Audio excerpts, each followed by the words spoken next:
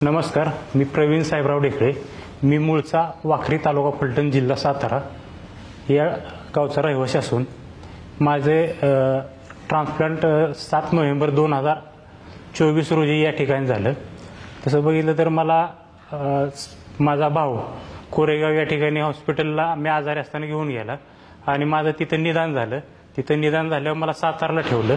सातारवरनं परत थोडं मला बरं वाटल्यावर घरी सोडलं.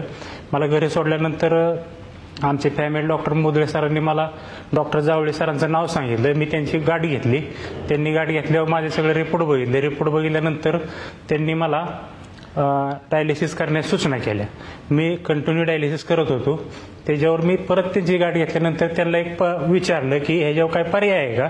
तर त्यांनी मला सांगितलं की ट्रान्सप्लांटशिवाय पर्याय काय दुसरा नाही. म्हणून मी त्यांच्याकडून सगळी माहिती घेतली. मला त्यांनी भारतीय हॉस्पिटल आणि जहांगीर हॉस्पिटलचं सांगितलं होतं, पण मी भारतीय हॉस्पिटललाच ट्रान्सप्लांट करण्याचा निर्णय घेतला आणि माझा पहिला रिपोर्ट जहांगीरला झाला.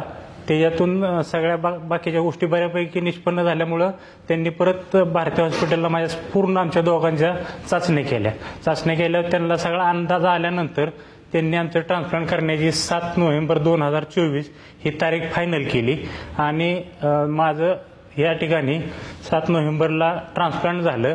माझ्या पत्नीने मला किडनी दिली, मला जीवदान दिलं आणि 7 नोव्हेंबरला ट्रान्सप्लांट झाल्यानंतर मला 9 दिवस SS1 ICU मध्ये ठेवलं.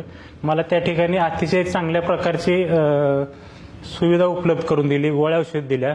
तर मला तसं बघितलं तर सगळ्यात जावळे सर आणि त्यांची टीम म्हणजे पल्लवी मॅडम असतील, राजेश सर असतील, सतीश सर असतील, त्याचबरोबर डायलिसिसच्या प्रमुख कौर मॅडम आहेत, मनीषा मॅडम आहेत, परत घारे मॅडम आहेत.